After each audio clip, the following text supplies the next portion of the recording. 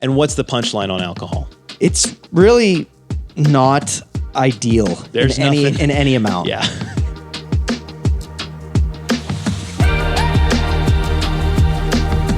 This is Generation Health. Each week, we bring you the latest in news, cutting-edge research, and time-tested best practices helping you live a longer, healthier life. Dante DiMatteo, registered pharmacist, certified strength and conditioning specialist. How you doing? Not bad. Not bad. How are you? I'm good. I heard you injured your shoulder. That's true. That's the word on the street, isn't it? Is it? That's what all the rumors. Talking to Average random gym people. goer injures his shoulder. I don't think you quite qualify as average, but sure. Thanks. Yes. Well, I'm not wishing you well. I hope it stays injured for a very long time. No, that's not true. Josiah, third mic. You're the engineer officially. It's written down in my notes. I saw that title. Yeah. All right. Congratulations. Thank you. You've been given a title. Welcome. Thank you. Engineer. And I am your host, Tyler Andrews. We are going to do on a very special episode of Generation Health.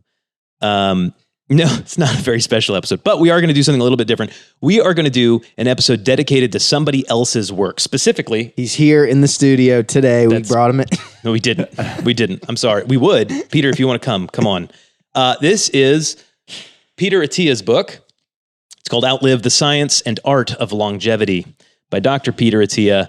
We're going to talk all about that. You've heard us mention him before. Dante and I were both happened to be reading it, so we decided why not just talk about the book and do a little book report and hopefully encourage you guys to read it. This is accessible stuff. This is not so complicated and intense that you have to have a PhD to read it. I read it, so obviously it's not that complicated, but that's what we are going to do all day today. Outlive, the Science and Art of Longevity by Dr. Peter Attia. This book is everywhere right now. It is a New York Times bestseller. As of recording, this has been on the New York Times bestsellers list for 24 weeks since it came out. It just hasn't moved. And it's on the top of a bunch of different lists, like nonfiction and hardback nonfiction, and they've got all the different lists. I looked it up. It was fascinating. I didn't realize there were that many different lists. So who is Dr. Attia? Why do we care what he has to say?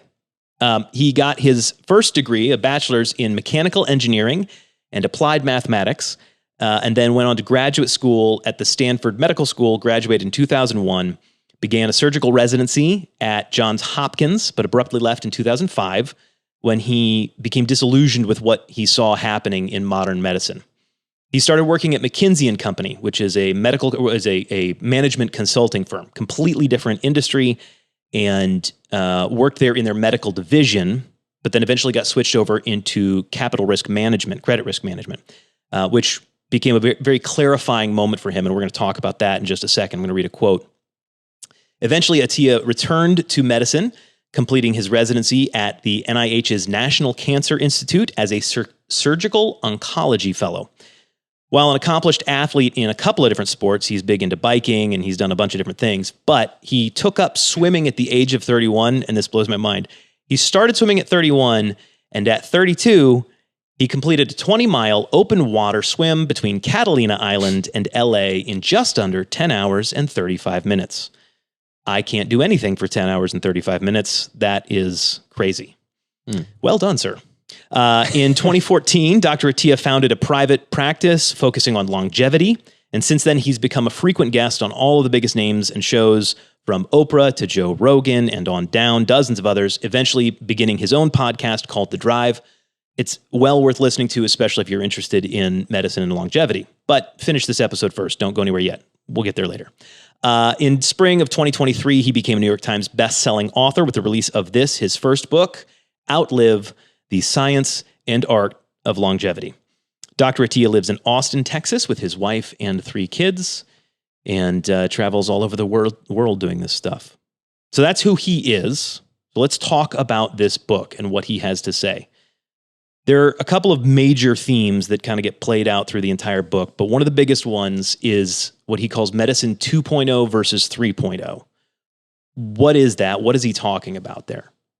So in looking at medicine 1.0, 2.0, 3.0 within the book, that just gives us basically a history of all disease treatment, prevention, management. It shows us essentially the history of how we view disease. It gives the reader context of all those sorts of things. Right. So for some, they might be arbitrary distinction, and maybe that's part of maybe some of the critiques we'll talk about. Yeah. But again, for the sake of storytelling, looking at Med 1.0, 2.0, 3.0, it gives us very nice buckets of where we started, where maybe we look at things like infection prevention and treatment Right. that were, unfortunately killing people very early on in history, the, 1700s, 1800s, even well before that. Yeah.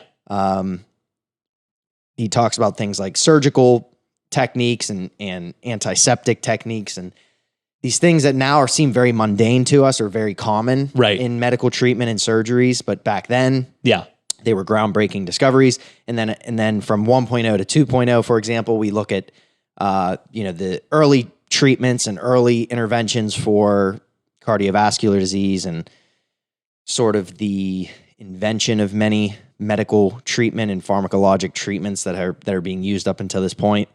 And looking into medicine 3.0 is where he proposes is this shift, not necessarily saying that he invented it, No. but also this version of proactive healthcare that looks at how are we going to treat the diseases that we still don't have really a great grip on, like we do infections and garbing and antiseptic techniques and such. So these are things like, what we'll talk about, the more of the silent killers, cardiovascular disease, these disease processes that are occurring over a long period of time. How do we treat them? How do we treat them proactively versus the medicine 2.0 techniques of sort of treating them when it's too late, so to speak. Yeah, he talks about 2.0 being really good at acute care and prolonging life or preventing death. Mm-hmm. That there were some really fantastic stats about, we don't, the number of people dying from heart attacks has been cut in half in the Mm-hmm. last 40 years or something like that. And things that we can keep you from dying pretty consistently. We have a lot of really good tools, and that's what he calls medicine 2.0. Right. Medicine 3.0 being more about how do we stop getting to that point where you need that kind of care, Mm-hmm. because that's what makes for a less enjoyable old age. This is a major point, is he's constantly trying to get people to think more in terms of risk reduction than in terms of how do we fix the thing once it's broken. And that actually would bring me nicely to one of my favorite moments in the book, which is really early on when he talks about the difference between the financial world and the medical world and what drove him away and then what brought him back. He says, "My detour into the world of consulting came to an end, but it opened my eyes to a huge blind spot in medicine. And that is the understanding of risk. In finance and banking, understanding risk is key to survival. Great investors do not take on risk blindly. They do so with a thorough knowledge of both risk and reward. The study of credit risk is a science, albeit an imperfect one, as I learned with the banks. While risk is obviously also important in medicine, the medical profession often approaches risk more emotionally than analytically." Later on, he says, "Risk is not something to be avoided at all costs. Rather, it's something we need to understand, analyze, and work with. Every single thing we do in medicine and in life is based on some calculation of risk versus reward.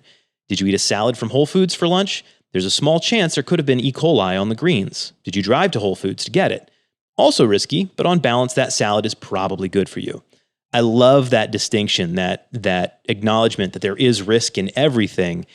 And part of the point of this is, where do we consciously take risks because the reward, the payoff is better, right? We're trying to approach this asymmetrically so that we get a bigger reward than the risk, like eating a salad or lifting weights. You could hurt your shoulder, but you're definitely going to be healthier overall, right? Okay, so that's one big thing, and that is theoretically leading to a difference between health span and lifespan, which is a thing he points out early on, and we talk about it as well. I think it's worth going over this. What is that? What is the difference? What's he talking about? Health span versus lifespan. As we move into his next set of sort of buzz terms. Yeah. You know what I mean? I think it is helpful to basically what I want to say is that even though maybe there are some issues with the distinctions, technically speaking, between Med 1.0, 2.0, and 3.0, which that's such an easy thing for other experts to jump on and say, hey, this sounds arbitrary. You didn't invent this. Right. What are you talking about when you say mainstream? What are you talking about when you say X disease? We're not treating it as well. We're not treating it as well as we could have, all those sorts of things. I don't think that, again, that he's trying to necessarily invent anything new with those, but I like that it gives him these easy connection points. It's easy to look at that and just say, okay, I know what this guy is about. I know now what his goal is in maybe some of his approaches. He doesn't have these off the wall longevity approaches that we see on social media. He's a pretty balanced guy. I think again, he does talk about some interventions that are not quite as black and white from an evidence-based perspective. Yeah. You know what I mean? Again, we'll get into a lot of that. But I like that when you think about medicine 1.0, 2.0, 3.0, you know exactly who you're talking about. You might have some beef with it, but you know it's Attia. You know it just kind of gives, the average listener a framework of where things were and, where things are going. Right. And so they're mental hooks that hooks. people who don't know a lot about this stuff can grab it and go, okay, I understand the concept. Mm-hmm. So exactly. It's a good communication tool. It is. And it's helped me to remember some of his bigger points. Yeah. And will assuredly help you remember those bigger points if you decide to read the book. But the next set of sort of buzz terms he talks about, it's on his website. It's in the book here, healthspan versus lifespan. And so basically we're talking about lifespan is literally your chronological age. Yeah. So how long do you live? Your lifespan. Is it 70? Is it into your 80s? We know that on average, it looks like women live a little bit longer than males, according to his research in the book. Healthspan goes along with lifespan in that it talks about how long, not only how long you're living, but how long are you living well, as you put it. Yeah. So what is your quality of life as you move through? Is there a stark sort of drop off once you hit middle age? Is there something that happens to you in your 50s, 60s, 70s that causes a steep decline in your trajectory, your health trajectory, as he calls it? This is one of those concepts that's very basic, not groundbreaking. Healthspan versus lifespan. It makes sense.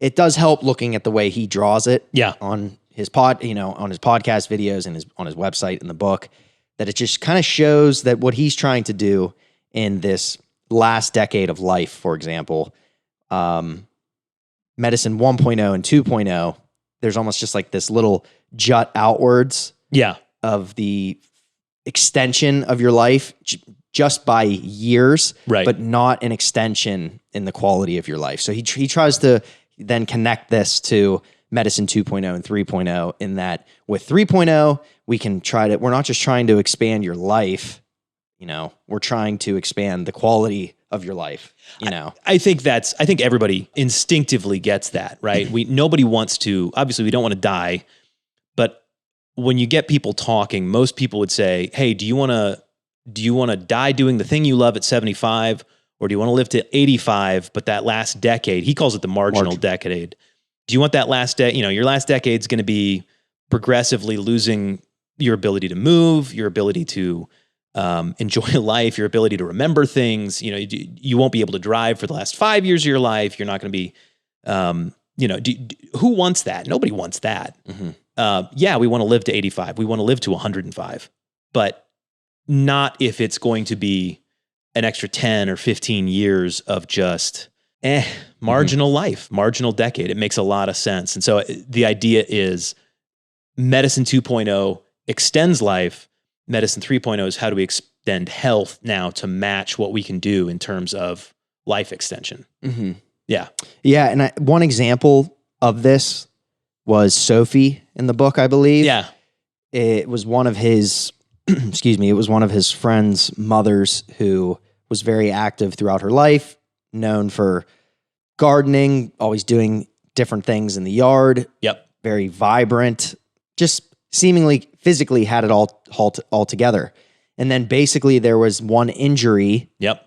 later in life, maybe in her, I think it was maybe her 60s or so, 60s or 70s. Early 70s, I think. Yeah. And so it was just this turning point for her that because maybe she hadn't built up a lot of the robust characteristics that he's sort of advocating that we take a hold of earlier, Right. because she maybe didn't have that basis support, that when this thing happened to her, this fall, this injury, this whatever, that her, the marginal decade became much more apparent for her. The other medical conditions started snowballing rapidly. Mm-hmm. And and she didn't die right away, but her quality of life declined rapidly. Mm-hmm. Yeah. And so, okay, so wait, he said that he attended her funeral, and this brought about a bigger question to him, just that how could this happen so quickly? I cannot believe I'm here at this funeral when it seemed as though, basically this is something we can make a difference on. This shouldn't have been the straw to break the camel's back, so to speak. Yeah. And I think all of us have some knowledge of this, whether it's a family member or a friend of the family. I think everybody has seen this at some point where a person is seemingly perfectly healthy, has one issue, whether they fall or they get in a car wreck or, it's a cancer diagnosis or something, and then things get out of hand really quick from then on, and then they're gone. Mm-hmm. And how do we prevent that and extend health as well as life? Yeah. He also talks about the four, and we're blowing through this, guys. There's a lot here. You have to read it yourself. We're not going to spoil the whole thing. There's no big twist ending or anything, so we can spoil some of it, but you should read it.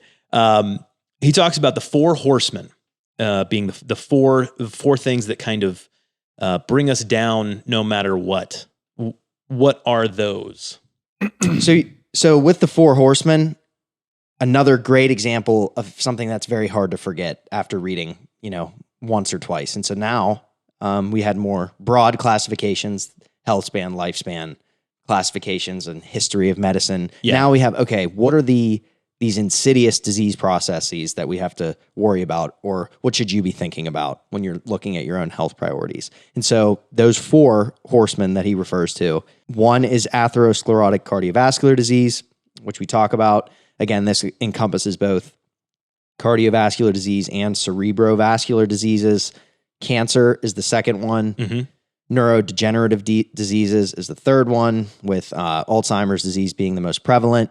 And then we are looking at number 4, which encompasses metabolic diseases, which range from hyperinsulinemia to insulin resistance, fatty liver disease in those categories, type 2 diabetes. And then basically among the 4 horsemen metabolic disorders, they sort of all increase the odds for one another. Right. So said differently, you start to make some of the changes that he suggests, you can have an impact on not just one of these categories, but because there's overlap, you can do things that help your trajectory on all 4 of those. Yes. Helping one helps all of them. Mm-hmm. Absolutely. Mm-hmm. And he goes into great depth on each of these things and talks about all of the major risk factors, all of the things that play into them. It seemed to me, the layman reading this, that the metabolic disorders were kind of the I don't want to say the gateway drug, but they're the thing that kind of kicks off fastest all of the negative repercussions of the others. Is that accurate from a clinical perspective as well as in the book?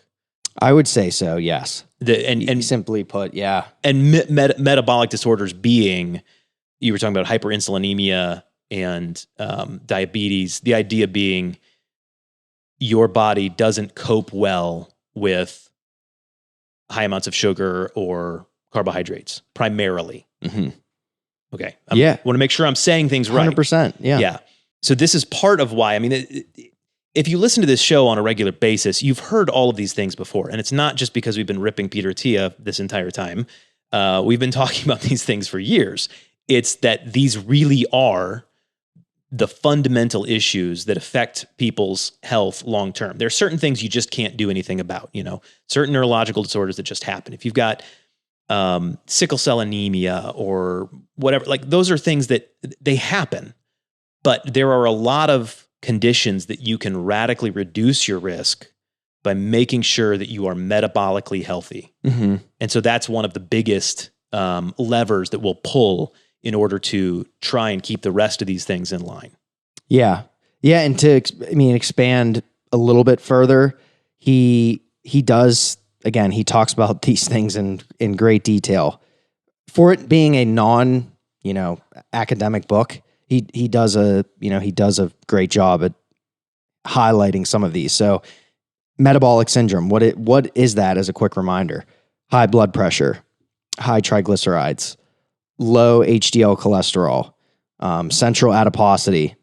Central adiposity being obesity in the mid area. Yes. So for example, from a measurement standpoint, waist circumference over 40 inches for men, over 35 inches in women. That's the sort of the rough cutoffs. And then the last one would be elevated fasting glucose. So above 100, it's like 110 or so.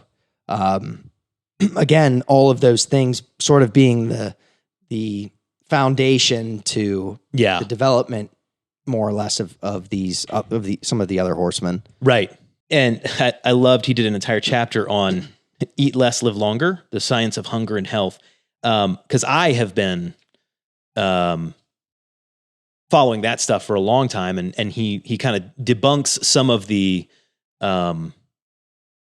mythology around fasting and all those things. We can get into that later, but there was so much in there that really blew my mind and corrected a lot of my thinking.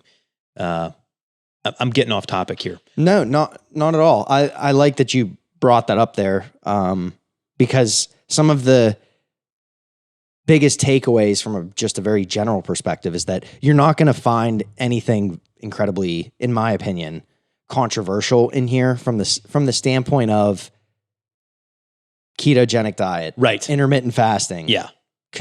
Any sort of controlled feeding windows or any specific 6 exercises for longevity. You know what I mean? Like, it's void of all of those sorts of recommendations. And so, yeah, he's not shy about his opinions. Mm-hmm. Like it is an opinion book about medicine and longevity, but his opinions are not massively hot takes. They're not things that, I don't think there are too many doctors out there that are going to read what he says and go, what? No. Mm-hmm. There might be some hot takes on the internet about what he has to say, but generally speaking, it's pretty middle of the road. And no matter who you are, the diet section, of course, we don't say diet because that term is so loaded. He goes into great detail on that. But the nutrition side of things, he goes out of his way to say, there's not one way of eating. There's a lot of different people, and a lot of different people need to eat a lot of different ways. Different things work for different people. But here are what macronutrients are. Here's what you need to focus on. And, if you eat like this, then you need to worry about this thing. And if you eat like that, then you need to worry about this other thing. I really appreciated that because it breaks down so many of the tribal walls and kind of gets more to the heart of the issue that we have to worry about here. Exactly. Anyway, okay. So once he's established what the 4 horsemen are, the things that are most likely going to cause us to have a marginal decade and eventually decline and die. Yes. He goes into what he calls his 5 pillars of health, his strategies of trying to mitigate those risks and live a healthier, longer life. Those being exercise, nutritional biochemistry, which is his apolitical term for diet, sleep, emotional health, and then extra molecules, which he doesn't really dedicate an entire chapter to. It's just kind of a thing that gets thrown in periodically. And when he says extra molecules, he's talking about both pharmacological and supplemental things as well. So all that. What jumped out to you about these things?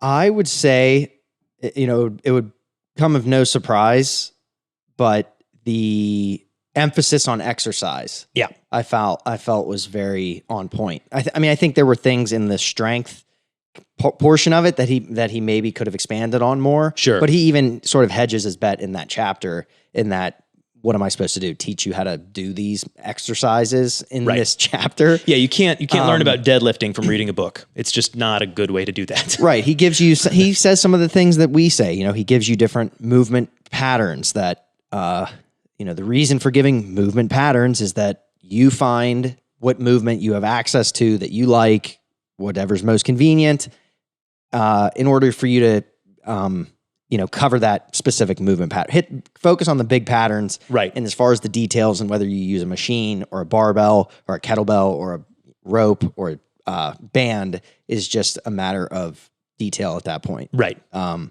yeah, the exercise part of that obviously jumped out to me the most. Again, just because it is a common theme that comes up from chapter to chapter. It plays a role in, prevention and, mitigating the risk of cardiovascular disease and such. Also, its role in dementia, Alzheimer's, and how there's interplay there. Yeah. I thought his commentary was thoughtful in that respect. He says repeatedly that he used to think diet or nutritional biochemistry was the biggest lever you could pull in relation to these things. But he has recanted of that and changed his position based on the research that he's done and his own experience as a doctor helping people live longer. And he now says exercise is the biggest, most important thing you can do. You absolutely must be out exercising. Go do it. It's not optional. Go do it.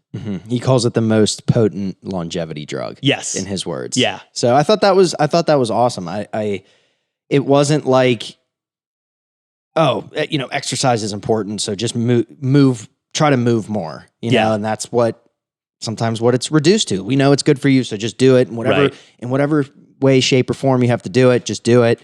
You figure it out, where at least he is very methodical in how he explains, why it's so important. He doesn't talk about it as much in this book, but I've seen him talk about in other formats the kind of reverse engineering that they like to do in their clinic with helping people figure out the movements they need to do. He does talk about it in the book, but the idea being, okay, so you want to live to 100. So when you're 90, here's a list of 150 things.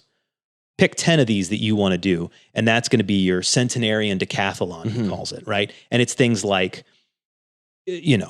walk 3 miles, hike a mile, or pick your grandkids up off the ground, or carry groceries 3 blocks, or whatever. It's all these different things, and then he is able to go, okay, look, if you're talking about picking a child up off the ground, you're talking about probably 30 pounds.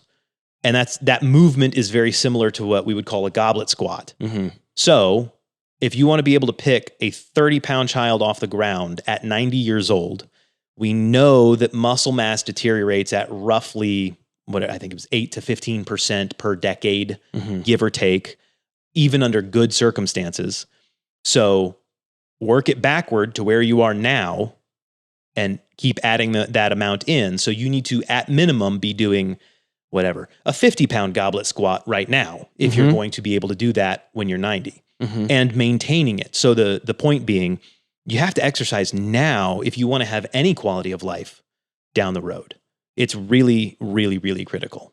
Yeah. There are multiple instances in the book, especially early, where he talks about patients that he sees who have quite lofty goals for their 70s, 80s, and 90s. Yeah. I want to be able to ski. Right. I want to be able to do X and Y. I want to be able to hike. Yeah. Those things that, in making your list for the centenarian decathlon, things that might come up. Again, those are very lofty goals, and he feels as though he's always in a position that he has to kind of knock people down a peg and say, what are you doing right now? Right. That is providing you with the base of support to do those things. And so in a roundabout way, these are things that we constantly talk about. And I think he does a really good job at providing the constraints or the goal or the connection point for somebody who says, I want to be able to do X and Y when I'm 70. My grandkids mean a lot to me. There's purpose there. If the more that you can connect with a purpose, the more likely you are to do those things now. Yes. It's easy to lose sight of those things. You might miss a day. You might miss a week in the gym. You might miss meal prep, or you might miss the grocery store, or whatever. Yeah. But if you're connecting it to this list of 10 things that he suggests, I don't know. I think that it is a powerful exercise. No pun intended. It is a powerful mental exercise. It is leading to physical exercise. Yeah, absolutely. That's really well said. I hadn't thought about it in those terms, but yeah, the why makes all of the difference, and picking those things out. Wow, that's really smart. He's a smart guy. He is. It almost made it. It almost made. It's like the more of these sorts of experts that you listen to, the more strength and conditioning coaches you listen to, the more thinkers, the more health influencers, or whatever, the more of these people that you listen to, you start to compile some overlap in their suggestions. And a lot of the great coaches that I've listened to, and a lot of great medical practitioners are doing the same thing with patients. But it's that idea of, if you don't have some idea of exactly as specific and as granular as, I want to be able to pick up my 5-year-old grandchild in my 70s or whatever. Like if you don't have it that specifically laid out, then you're fiddling around. You're going to miss something. Yes. Yeah. Absolutely. Okay. So moving on, because I don't want to get bogged down here. There's a lot of book. Yeah. Nutritional Biochemistry. He spends a lot of time working through the macronutrients and all that stuff. Real quick, what's the big one he talks about? Protein. Yep. Mm-hmm. More than anything, protein. We have to have enough protein. Again, it's not the end all, be all. Right. I don't know, one specific thing. Right. But yeah, I also found that to be refreshing because it's, something that we talk about from time to time. Any sort of nutritional recommendation, any sort of discussion, protein comes up in some capacity. Right. So yeah, he is very cool about how he leaves room for people to play in the carb area and in the fat area. And he says, look, the monounsaturated is better than polyunsaturated, which may or may not be better than saturated, but fats are like this and you need some of it. Your brain needs some of it. You should probably be getting more omega-3s. You should probably get some omega-6s, but really protein is the number one macronutrient that you're probably not getting. The other thing we should mention, he calls alcohol a macronutrient, which is that a normal thing or is that his own slipping that in there? That's a good question. I don't know what the scientific basis of calling it that. I mean, because it really is in its own category. Yeah. Honestly. I mean, yes, there are some carbohydrates or whatever in there, but it is sort of its own right. Its own category. There's low carb alcohol too. So yeah, there was another nutritional biochemistry book that I partially sifted through and they framed alcohol in a similar way. And what's the punchline on alcohol? It's really not ideal in any amount. Yeah. Unfortunately, it's kind of like refined sugar. A little bit's not going to hurt you, but there's no amount that's going to help you. And all of the old studies and all the old research about, well, you got to have some red wine every night, and then it's good for your blood and all that stuff. It's all been debunked at this point. That a little bit of alcohol is fine, but I think he says he tells people to limit to never more than 5 a week and never more than 2 a day. Because that ultimately plays into so many other things. Particularly, it can affect sleep, which is another one of his 5 pillars. We talk about sleep all of the time. Anything big in there that you didn't know prior or you weren't expecting? I would say not really. Yeah. Again, he talks about, he just has a really great way, and it would be a disservice to try to explain the way he explains certain sleep hygiene techniques Right. that we've already talked about. Yeah. You know what I mean? But Episode I think 1, go back and watch it.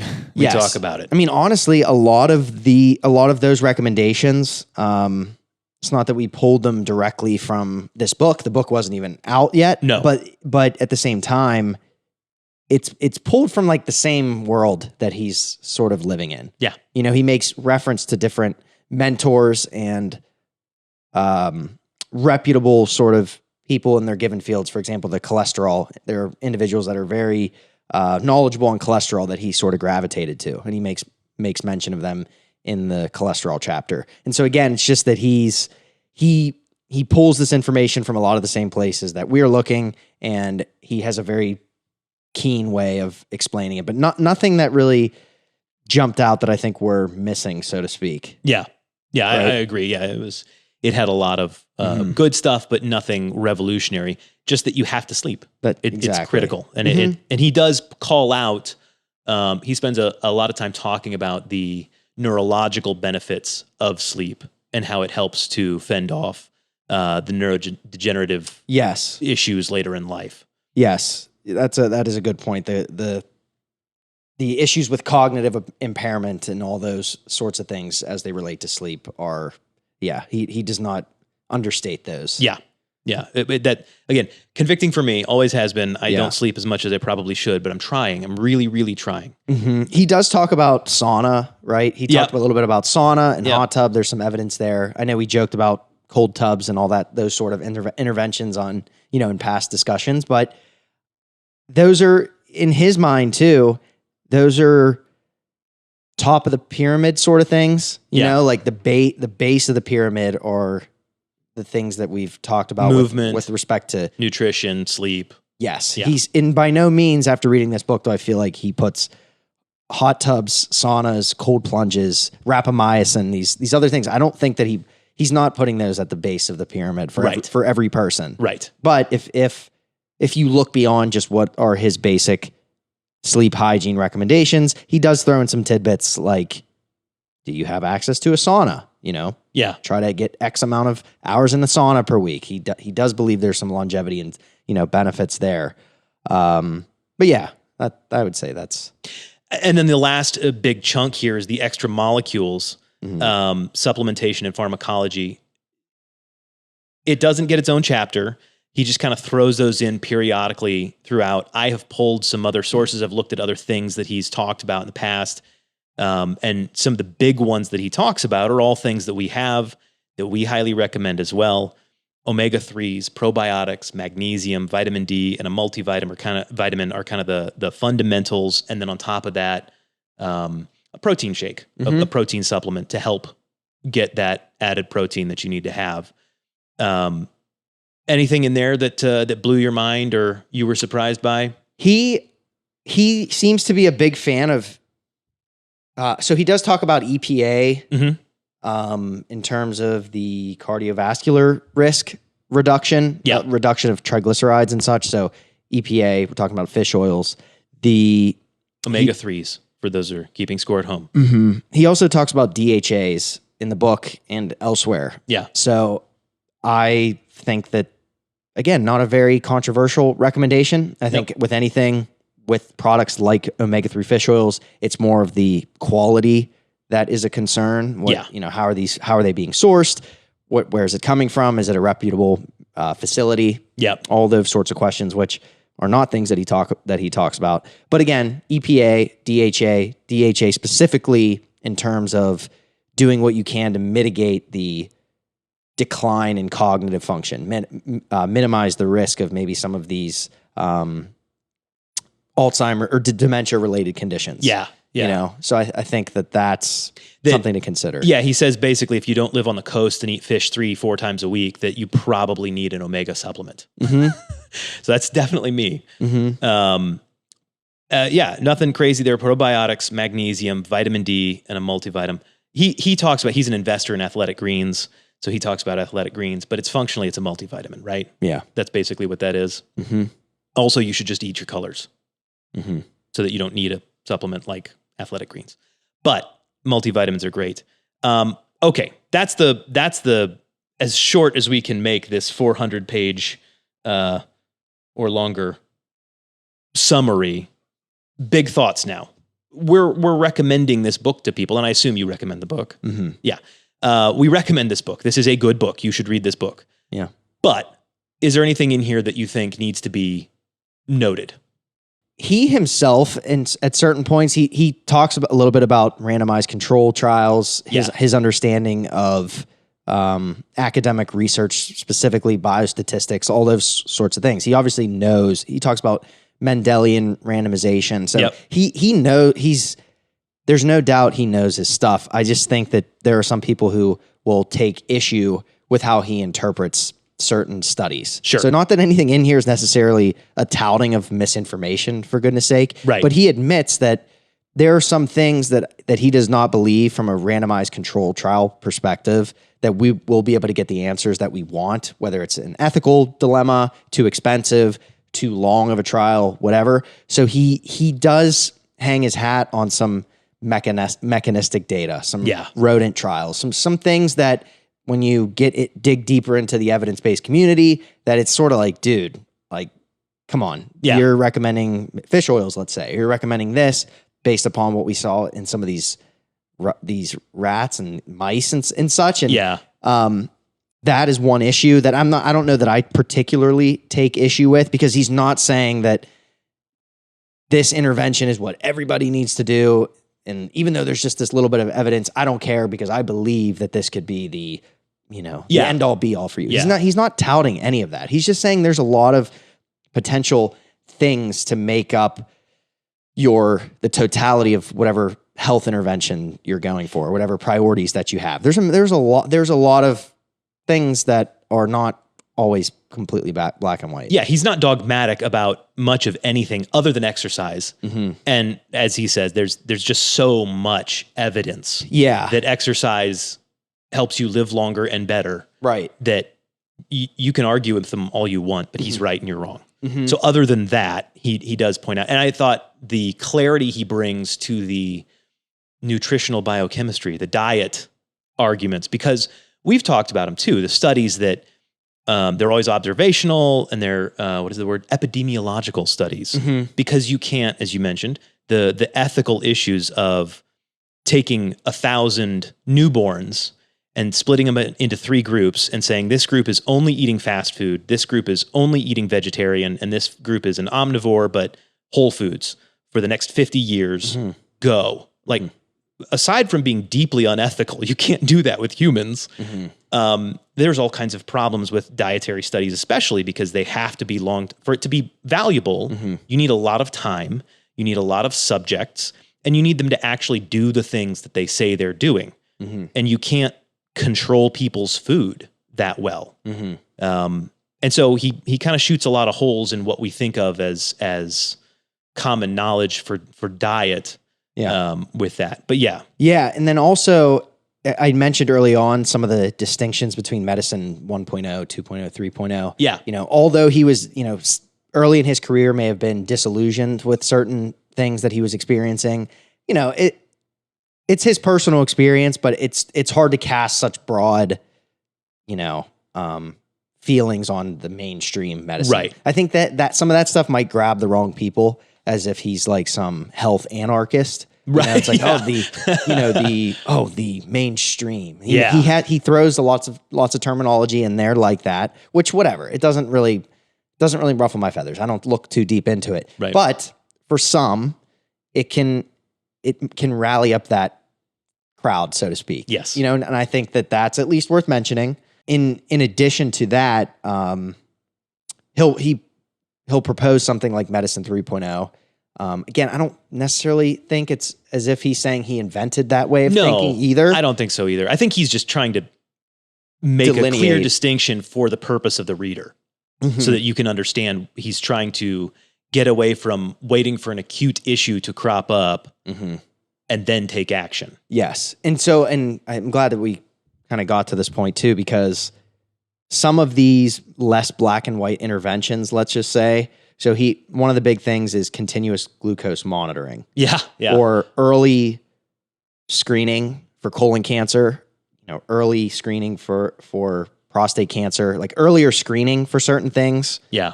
Which screening, like we've mentioned, is not always very black and white. You're going to find things potentially that you weren't looking for. Lots that of don't false make it, positives. Lots of false positives, as he mentions. And so looking at continuous glucose monitoring, for example, in my opinion, falls under that early screening sort of issue. Now, he does have, and it's like, well, we don't want to go too deep into anything because, again, we still encourage somebody to read it for themselves. But to walk away from this and almost feel like he's sort of recommending continuous glucose monitoring. He pretty much says everybody should do it. That, to me, I get where he's coming from, but that's bold. I just think, the average person, even like working in healthcare, I just don't know how well equipped we are for that sort of thing right now. I mean, like our smartwatches and our sleep tracking and all these sorts of things are enough right now. Yeah. Which is enough kind of information overload. You're sometimes already noceboing yourself out of certain things, and what's the word? Like it almost makes you a little bit of a worrywart. Yes. And so if that kind of stuff kind of catches the wrong person, it's a little concerning. Yeah. I had to take off my because we all don't have a Peter Attia to say, hey, you look at my continuous glucose monitoring results. Right. Should I worry about this or not? Right. Instead, you're going to be on Reddit and Wikipedia and yes.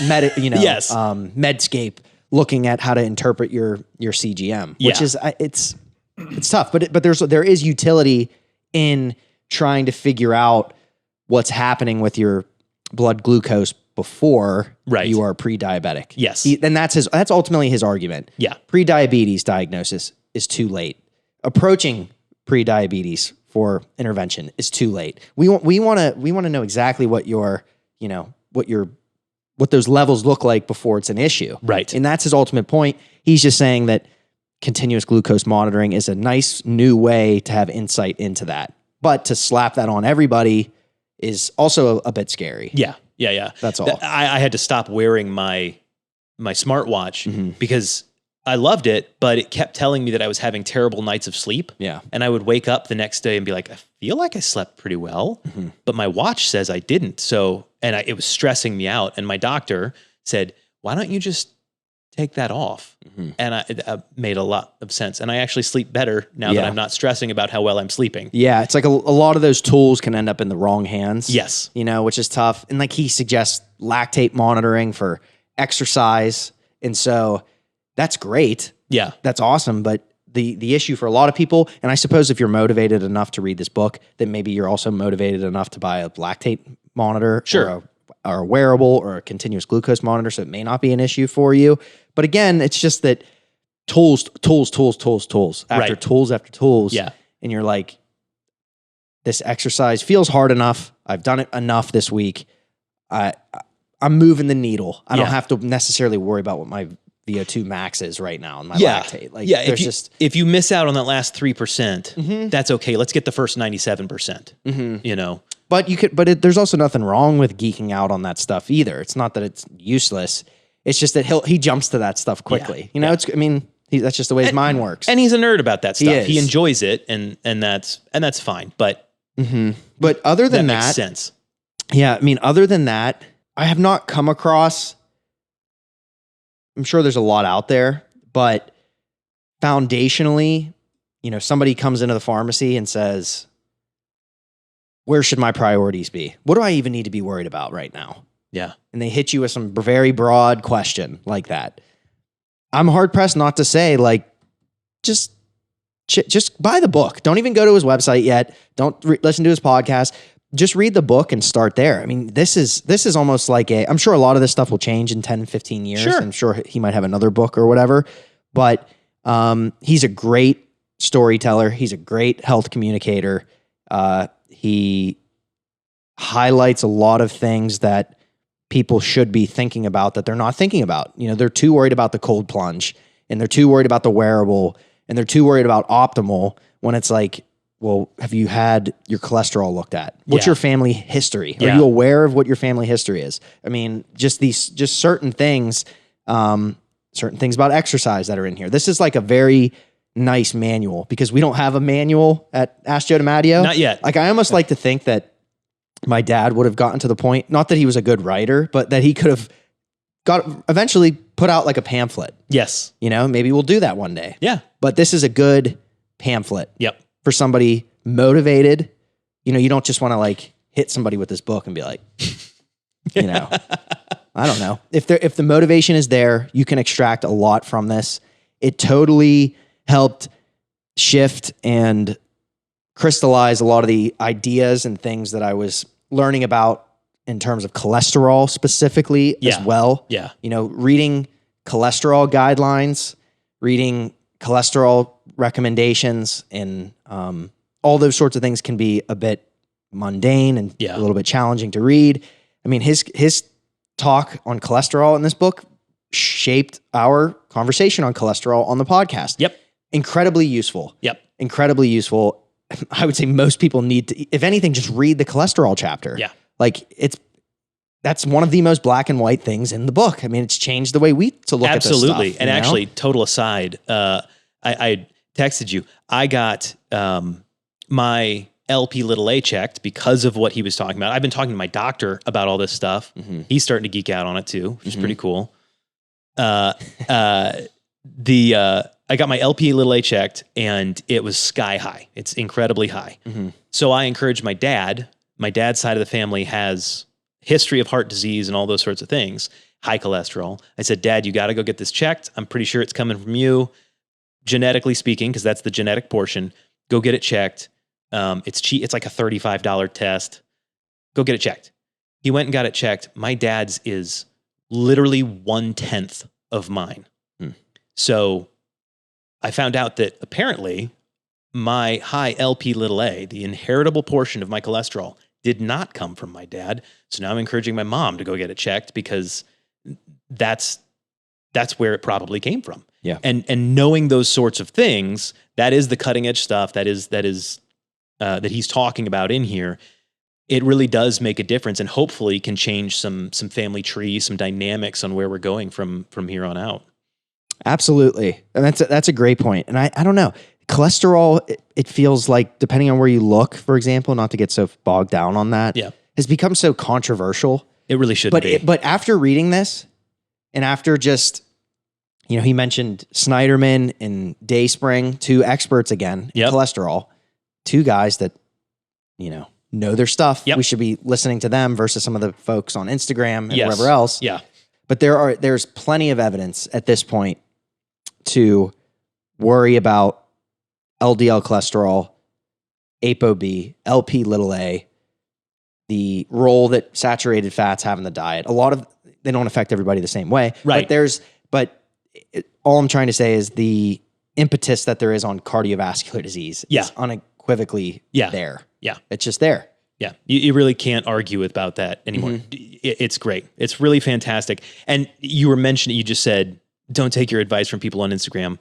Correct. We were on Instagram, but that's not where we give out advice. This book, again, wanting to lend credit to him, it's got the last 60 pages. So the last, 15% of the book is footnotes and study references and all those things. So you can verify it yourself if you are so inclined. That's it.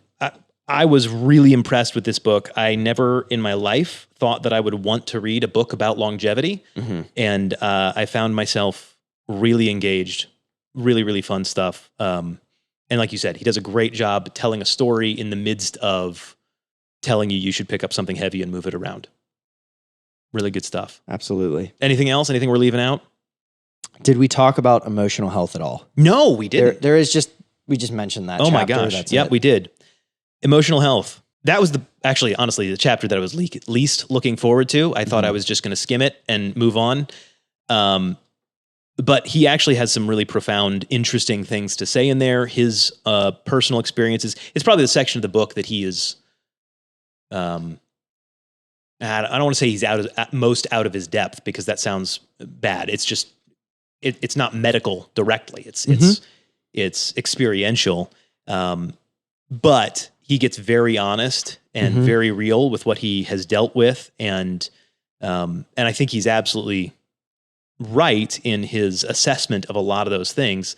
fundamentally, if you don't have something you are living for, then why are you extending your life? Exactly. And if you aren't clear on what that is, Yeah. you need to be. Yeah. It's funny. Like, I don't think that my dad would have wrote a mental health chapter, so to speak. Right. But it would just be that idea of we can encourage, we can talk about all the physical aspects of health, all the interventions that you can make, all the stuff that's absolutely critical. But if the mental, emotional, spiritual house is not in order, Right. You have to begin to question. Yep. Not to be redundant, but it just, whether you take a religious perspective on that or you take a psychological perspective on it, like he does in a lot of ways. Yeah, and that was why I wasn't interested, is because he's not religious, and I was like, I don't need to hear about how to live my emotional life from somebody who doesn't agree fundamentally with what I believe. But he makes excellent points, and he doesn't say anything that is, a-religious or anti-Christian or anything like that. It's exactly what you said. It's very clear and clarifying. You must have a reason, fundamentally. Yeah, man, your dad wouldn't have written the chapter, but he did preach every episode. So I think he had it in there anyway. All right. It's a good book, folks. You should go read it. If you can't get enough of us once a week, go read Outlive by Dr. Peter Attia. Really fantastic book. We'll put a link down in the description, so if you want to pick it up, you can do that through there. Or you can get it at the library. You don't have to pay for it. I'm sure the library has a copy. Good stuff. Anything else before I close us out? Josiah? I'm over here. You're just been nodding. I did not read the book, so Yet. I've been sitting and learning. You didn't read the book yet. Did you learn anything about the book? I read some Cliff Notes. Wow. Coming into today. Did you read like reviews on Amazon? Is that what you read? No, I read like a 4-minute reviews. Oh, okay. Right. This was not a 4-minute review. This was a much longer review. Dr. Attia, I hope we sold a few books for you. We'll take our check anytime. Any of the products we mentioned, so all the products that he likes, those are all available on our website. That website is askjoedimatteo.com, askjoedimatteo.com. Like we mentioned, having a high quality omega-3 with DHA and EPA is critical. That's the sort of products we have on our website, and that's why you should go there and pick them up. You should also go there to sign up for our newsletter so you can find out what's going on. We've had a couple of surprise sales that got announced on the newsletter, just like we had a surprise sale announced on the podcast.